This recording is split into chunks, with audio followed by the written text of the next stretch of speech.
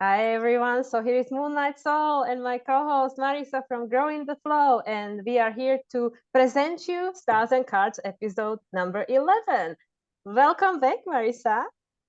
Hello. Good to be back. We're here.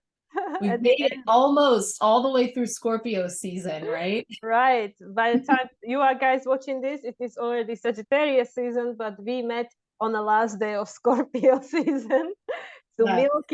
milk the Scorpionic energy. So yeah, Just not those last drops. Yes. exactly. But that's why we're going to talk about more optimistic topics. We're going to talk about the Gemini full moon, which we've got coming up on Monday, the 27th. So yeah, it will be nice to have this Scorpio season behind us. Yes. Yeah. And see what is on the other side. Exactly, because it's been intense, I think, for everyone. Yes. Yes. That's how I'm feeling. I'm coming here feeling it. But I mean, I think it's a good thing because we've talked about feel it to heal it, right? So there's been a lot of work. A lot that's been uncovered, a lot that's come to the surface, a lot that's been released, right? So, we kind of lighten and turn to the new. So we're going to get to see what's kind of culminating with this full moon and, that final, what we're leaving behind, and then pivoting into the new season ahead. Exactly. And like I was just telling you, that the interesting thing about this full moon is that on a day of a new moon in Gemini, which was on June 17th, Saturn turned retrograde. It was actually already retrograde when the exact new moon happened in Gemini, which now we culminate in. And Saturn is now direct, and it's actually squaring. It's squaring this full moon. So we've got a lot of Saturn in Pisces topics. What are we releasing, right? What are we letting go of? Which definitions? Because Gemini is all about choice. So it will be interesting to see what the cards have to say. It is. And speaking of all of that, it is about choice. And we couldn't quite choose, right? We wanted to keep our options open. So we decided today, of course, we're going to go with the Queen of the Moon Oracle to kind of set the overarching energy. But between our psychic tarot decks, we're going to use both, right? We're going to use both decks because we're getting both sides, right? We're going to look at the duality there. So I guess we'll just start right here with the Queen of the Moon. Let's dive in. What's coming up? Oh my goodness, there's a package coming. Cooper has been infiltrating my readings lately because he speaks to what's being delivered. And it turns out that this week I had gotten a laundry sorter, which brought up about separating the lights and the darks and the delicates and all the different things, again, washing them out and drying out. So that does feel appropriate here on what is now the last day of Scorpio season, but of course, turning to the new. That's what I was thinking, like very Scorpionic, washing things out, I putting in the know. laundry. Washing it all out. So And I mean, it's good to have a little canine energy present, little bit of ET, yeah, representation of all the world present in the reading. Why not? for sure. All right, so let's see what's coming up with the Queen of the Moon. Overarching theme for the full moon in Gemini. Boundaries. Ooh, Okay. interesting with the Saturn theme, isn't it? Yes, definitely. It's card 12. Is that right? Yeah, card 12. Yeah, so we have sort of like this. I always think of some of the cards that are similar in this deck to me. Vulnerability, of course, because she's naked, she's stripped down authentically, but there's still this layer of protection, this bubble sort of separating from the external, and maybe feeling that need to sort of protect or create some space between. This is what moon it is. The waning gibbous. Okay, boundaries 12. Yeah, so she's looking out from within. Yeah, and that's the number 3. And actually, 3, to my understanding, is the Jupiterian quality, which is about expansion. And, as of tomorrow, we are in Sagittarius season. And I really feel with this sun being in a sign of Sagittarius, which is what we're going to be focusing more in the next video, but it is about the higher perspective and making a choice under this newfound perspective. Yeah. Absolutely. And just I think too, like we're redefining the boundaries, you know, because now that we've become aware perhaps, or we've created space by releasing and letting go, or dealing with, processing and transmuting, right, those things that have come to pass. I promise I'm going to try not to make any of those excrement references this time, but you just can't make it up. It kept coming that way. But you know, as we have cleared that, now we might find that we have to sort of redefine our boundaries because, you know, things have shifted. So perhaps something that previously was acceptable is no longer acceptable, or things that I used to be completely, no way, I don't go there, I don't do that, then maybe now I feel a little bit more comfortable in my own skin to try that, to set out, you know. And of course we'll get more into that as we explore Sagittarius season in the next video, but like where to from here, but with boundaries, with those parameters that I'm setting. Yeah.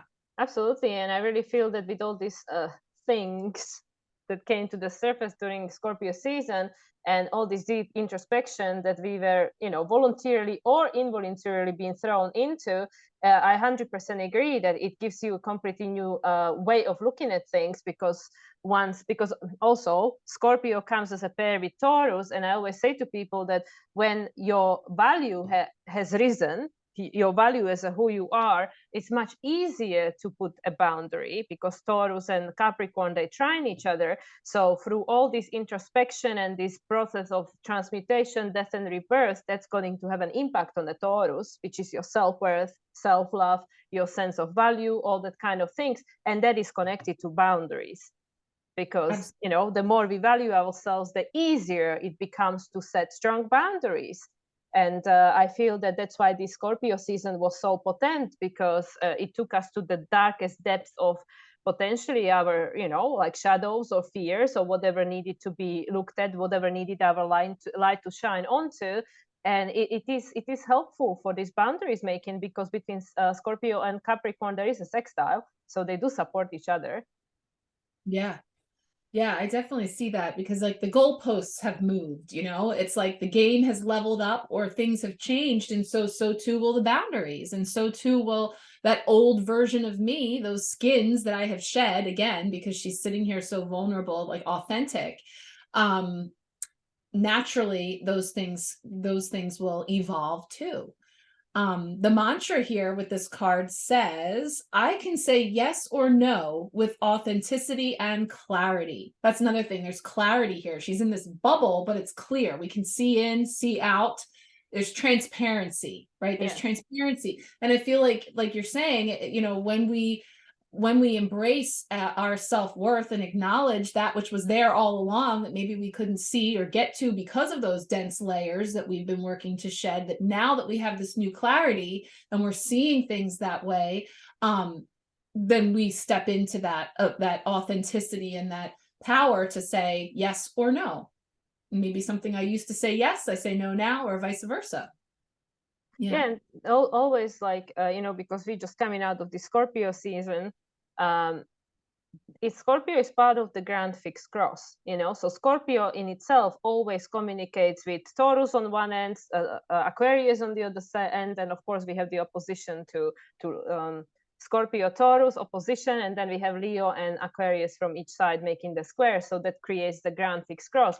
So when any of these get triggered, it influences the rest, and it creates this need for change. So through this process of Scorpio transmutation, it's going to impact Taurus. So when we go through the darkest levels and depths of, you know, our fears and having to have to face these challenges, and then we survive, we become resilient, we have this process of metamorphosis, it influences our relationship to ourselves, and then our in relationship to our external environment. But with the squares, you know, from Scorpio to Leo and from Scorpio to Aquarius, it also creates a pressure to change these other aspects of our experience, which is with regards to Leo, authenticity, following your purpose, you know, being truly yourself, unapologetically so, and the Aquarius opposition, which is this individuation process, that I am myself and I own it. And, you know, of course, all in there, because everything is always in communication and connection, is Capricorn, which is, like you said, a redefinition. stepping into your authority and like taking the responsibility, and also to be able to define, this is it for me now, because of this entire process of adjustment I just gone through this grand fixed cross that was activated. Yeah, but I guess we still keep it malleable, again, like this bubble that can expand or contract. There's still this, like, this is what is for me now, and recognize that there will be more shedding, releasing, learning, growing, expanding, that again, those things will continue to move. So it's just ever evolving, right? And that's what the mutable signs are teaching us. Gemini, Sagittarius, Virgo, and Pisces, of course, that is that continuous process of things are never static, things are always in motion.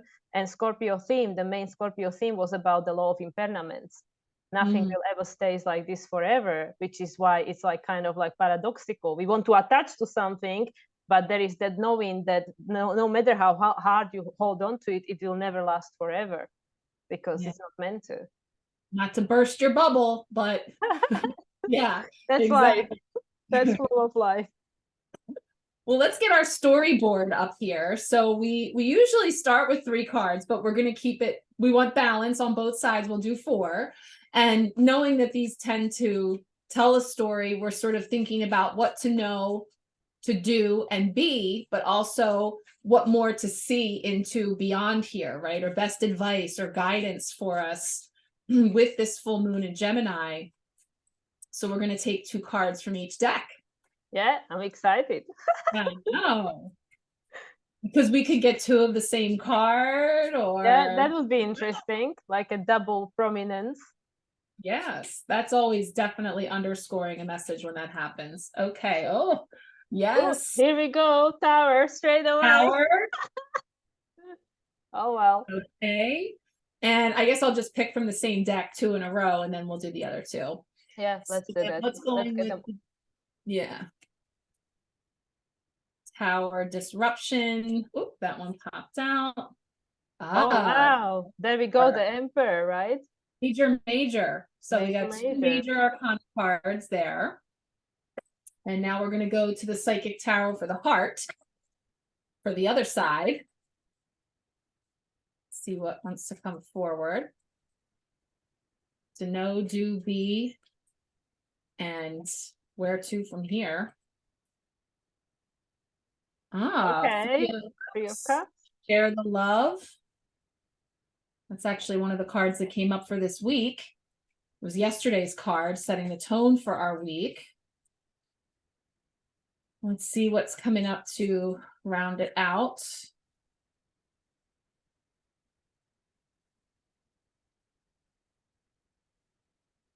What did we say? Emperor twice. Double. Masculine energy. Okay. Wow. What do we think of that? Okay. Interesting. So, well, we didn't get 2 towers, so. That's good on each end, right? But, yeah. But I mean, look at the duality in that card. Look at that shadow reflection. And then this one has the 2 pillars, you know. It's funny the difference in the energy between the 2, because talking about being fixed and set in one way, and then the other one's sort of just loosely holding that scroll. But I think we arrive here sort of maybe feeling a little disjointed, right? We feel this energy of disruption that's coming from the Tower card.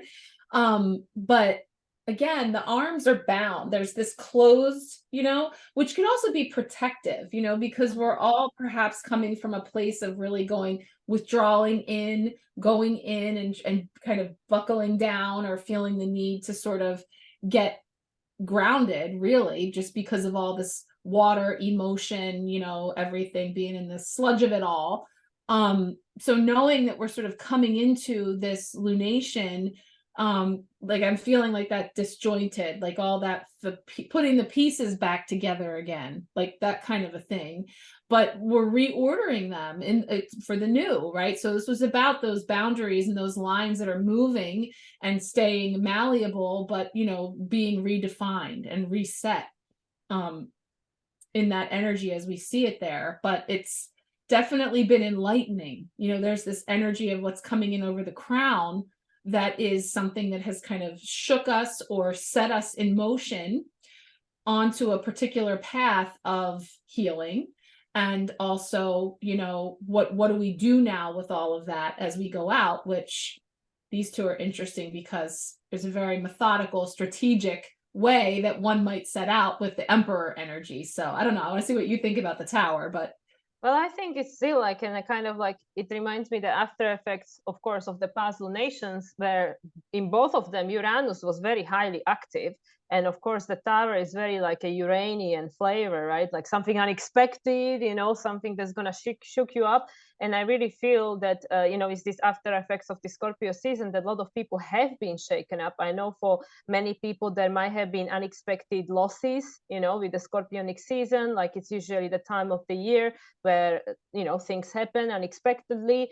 And some people might decided that that time has come.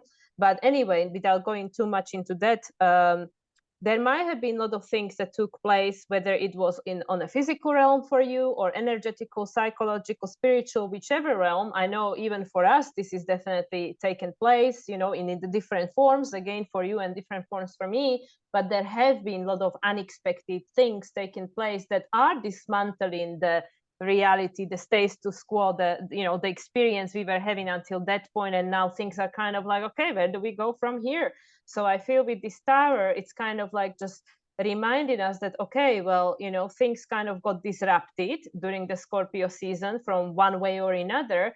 And now it's an opportunity to rebuild, because you are not the same person that you might have been before Scorpio season. There might have been things that taken place, and now you even look back at it and think like, oh, that feels so long time ago, you know, like it's like I'm completely different place now.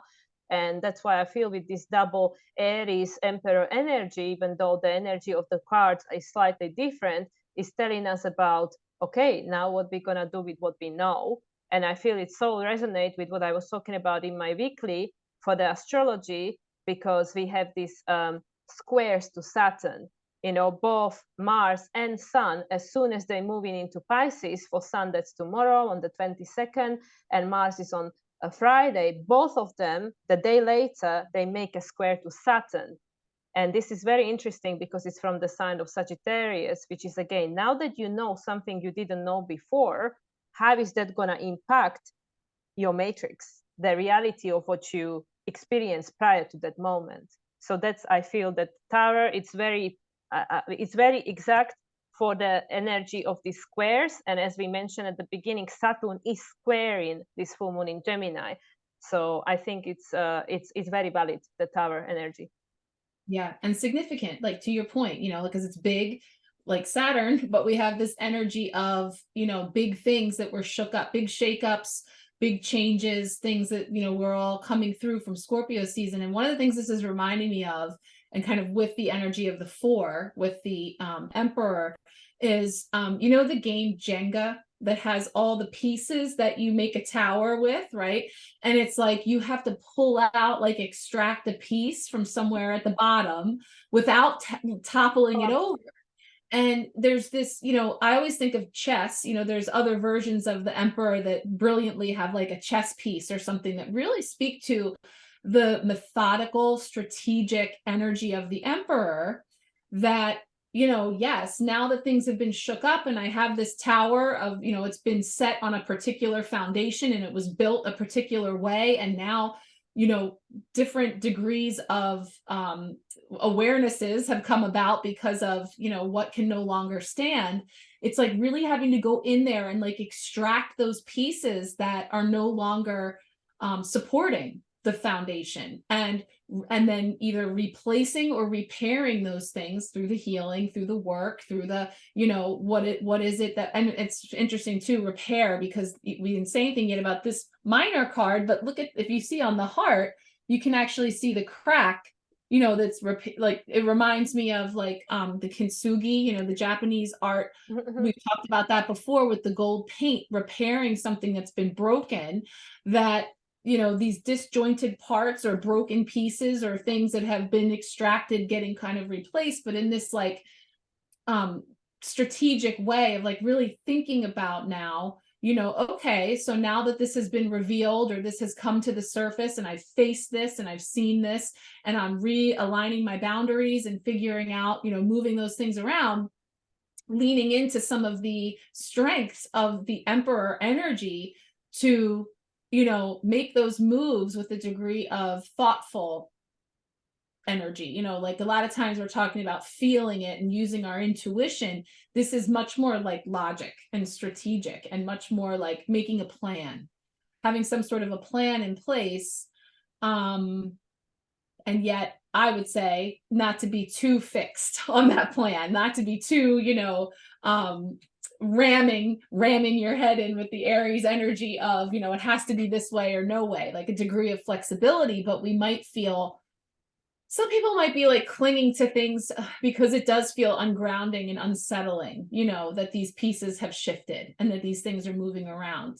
Also, you know, it can speak to more like traditional rules and you know, that type of energy too, with the masculine that's so strong there with these two cards.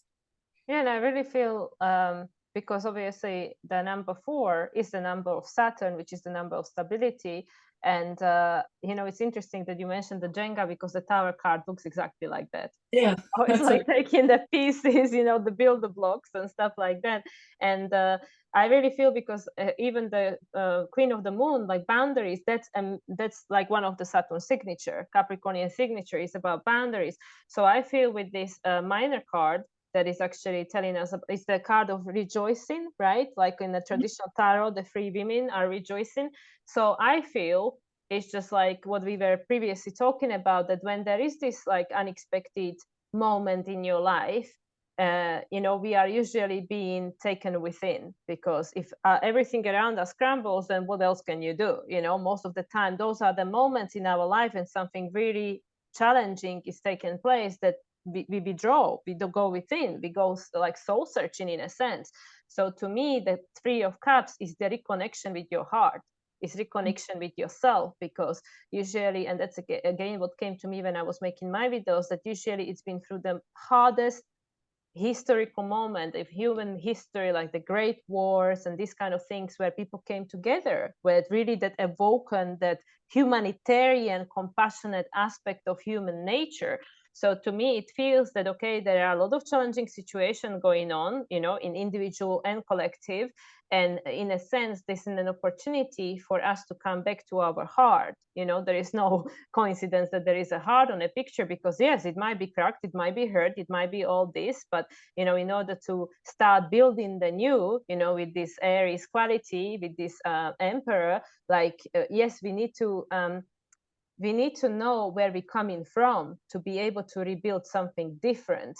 So I feel with this, you know, Saturn currently being in Pisces, which is the totality of understanding, the Pisces archetype is about the ending of the cycle, Saturn being there, and that's like literally Saturn is just holding it together and saying that, well, everything that came before is now dissolving because it lost meaning. So it's no coincidence we have double Saturnian, well, I mean triple, because the boundaries is also Saturn, but we have this very strong Saturn energy present in the cards, talking about new beginnings, but we need to think about it strategically, not just, you know, let's just do anything just to escape from where we were and stuff. But like, okay, in order to avoid another Tower moment, coming back full cycle to the same moment as we've been 120 years ago, right? Like, okay, what changes do we need to make? How are we going to rebuild it differently? We need to connect to the heart. It's not enough just to connect to the brain, which to me is also, even though like a lot of people will class Gemini as a very logical sign, for me, it represents the opportunity to reconnect both, you know, like, yes, Gemini is the logical aspect, but it's the multidimensional, is the messenger from your higher self to your human self. So I really feel with these double Emperor qualities, and we can see even there are 2 Emperors, there are Geminis, so like, yeah, you can go whichever way, you can rebuild the same thing, or, you know, make it on the same blueprint, you know, like create the same, just copy paste, right? Or you can set your own boundaries based on what matters to you, by being reconnected to your heart because of the challenges that you had gone through that crumbled and completely you know, took away the foundation of everything that came before and rebuilt something completely different by being connected to the heart, because he's got the halo. So to me, there is like this human authority that, yeah, I'm stepping into my authority. I know who I am. These are my boundaries. Yes, like you said, nothing is set in a stone. Let's just remain flexible and adaptable. But with the halo around this head, to me, that's someone that is also connected to the spiritual aspects of who they are. Yeah. And it's almost like whatever the illumination is that came in through the tower moments is now crowning you. Like that's, and you know, we were just saying before we got started, the wisdom card kept coming up in the Queen of the Moon. And that was a card that came up with a couple of lunations last month, that it was about, you know, not just knowledge, book smarts, or just the way things have always been. We've always built it that way. So that's what works. And that's all there is to it. But really gaining knowledge, experience that becomes wisdom over time. So now that this wisdom, this light has broken through, build with that. So build together. I think that's so important. I like how the Emperor energy is sort of being broken up by love, share the love. And you know, as you were saying, typically, traditionally, this card brings three together because it's the Three of Cups. And as I said, it came up this week in this beautiful deck, the Northern Animal Tarot. This is much more the traditional three coming together and celebrating and toasting. And to me, it's like, and what I said about this card was like, who's coming to the table, and everybody bringing their own ingredients, like everybody made a dish and everybody came together. And so we're all bringing in those unique perspectives and those different angles. It's not all just by the book. It's not all, you know, following the plan to the letter of the law, and that's just how it is. So there is this like light that's coming in over maybe that more traditional and rigid energy of the Emperor. All the while, yes, it is important, but it's almost like back to the drawing board. You know, if we see that scroll as the blueprints, as the plans, and, you know, saying, okay, you know, we tried a thing, or we, you know, we did something, we built something, and now we've learned from it, you know, what worked, what didn't, what no longer will work moving forward. So now we take all of those things, bring them together and create something. Number three, creation, co-creation, you know, bringing all of those things together to create the new. And so, and I see like the sun imprint in the background here is also bringing in this, like the illumination, the yellow of that sense of joy, which is the, you know, the energy here with the Three of Cups. And then also, you know, bravery and courage and all of the things that it takes from that solar plexus energy to rebuild, you know, because after the disruption with all these things, and just keywords, lead. And then this one is authority, right? So just sort of, again, I like the mantra says for the boundaries card is like, I can say yes or no with authenticity, you know, because I have gained this wisdom through these experiences and I'm rebuilding with that. But doing so, there's a very collaborative energy with that three coming in to sort of bridge the two together. I had so many downloads. So I need to try to unpack them in a cohesive way. So to me, the three also represents the mind, body, spirit. You know, we have to be like whole, you know, feeling whole. Then the Emperor, especially on the last card, represents to me the human self and the higher self. You know, that again, that your higher self knows the bigger picture. You know, your higher self understands. So it's about, because with the Aries quality, it's about listen to that calling of destiny. You know, what is that inspiration, the fire, what ignites your fire? You know, like it has to be all these kind of things, not just like, oh yeah, it has to be done, you know. Well, you know, because like Aries is very youthful energy. It's like a child. So it's like you say to child, like, oh, we're gonna go and do something, and is that going to be fun? You know, is it going to be something exciting? And then if not, then go like, nah, not interested, you know. So it has to be like that. Like we need to rebuild something that actually gives us the sense of excitement, not just another dread, like, oh, we're gonna rebuild the same thing, you know, another one of the same, right? So that was like, you know, like what just like came to me. But then also something you were saying at the end, now I lost it. Also another aspect of that was the wise one. We need to also look at the listen to the elders as well, because like that's why like these older people, people who are in the golden time of their life, they understand the signs because they've been there before. So it's like sometimes we need to like learn from the mistakes that had already been made. That's why like people who are of the older age at the moment, experiencing all this, they go like, shit man, this already happened before, like we've been there, we experienced this before and stuff. So it's like, let's pay attention to what already took place. And also it's interesting that the authority and the leadership to me is a little bit different qualities, because with the leadership is very Aries, like this, like military, let's be in charge and all that, like also about this vitality, stamina. But with the authority, to me, it's like Mars in Capricorn, like is this like want to be the CEO, like it's literally like the emperor quality. That's why to me emperor, traditionally it doesn't sound like Aries, it sounds like Mars in Capricorn, because Aries in itself doesn't have the experience. And to me, emperor is someone who has the experience, it's someone who, it's not the soldier anymore, it's the king, right? So to me, like I would challenge that, even who am I to say, but to me, emperor always had the quality of Mars in Capricorn rather than just Aries in itself, because Aries is very youthful energy. But anyway, I really feel that obviously with this full moon in Gemini, after now the full Saturn retrograde phase that ended recently at the beginning of the month, we know what we didn't know in June.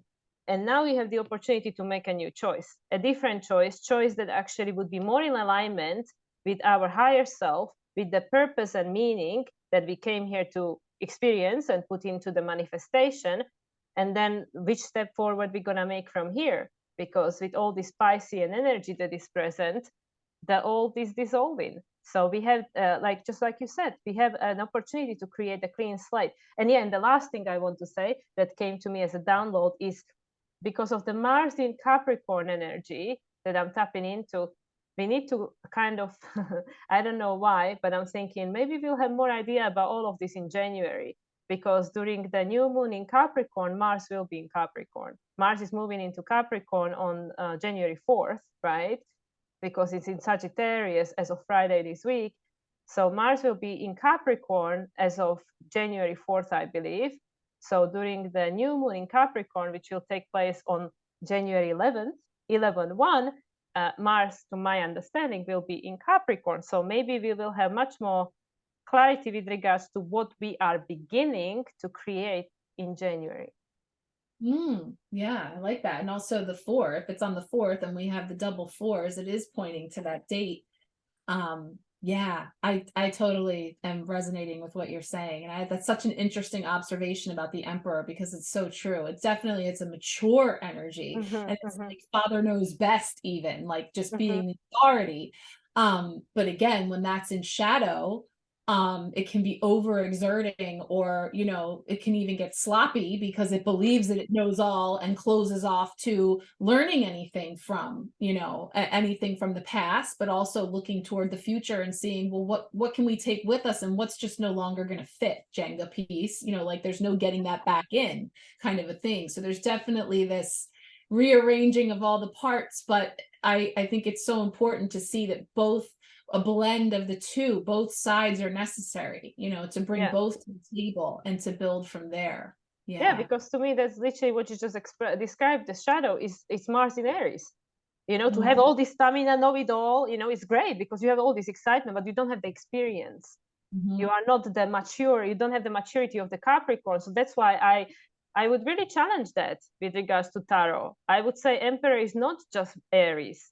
It's actually either Mars in Aries, or it's more like Mars in Aries or Mars in Capricorn. In a higher vibration is the Mars in Aries, which is beautiful because we have all this excitement and potential for something new. But in a high vibration of a true Capricorn embodiment, I would say it's like Mars in Capricorn. Well, we brought Mars in before, remember? Because I was channeling the light seers, because it looks like he's sitting on Mars. Yes.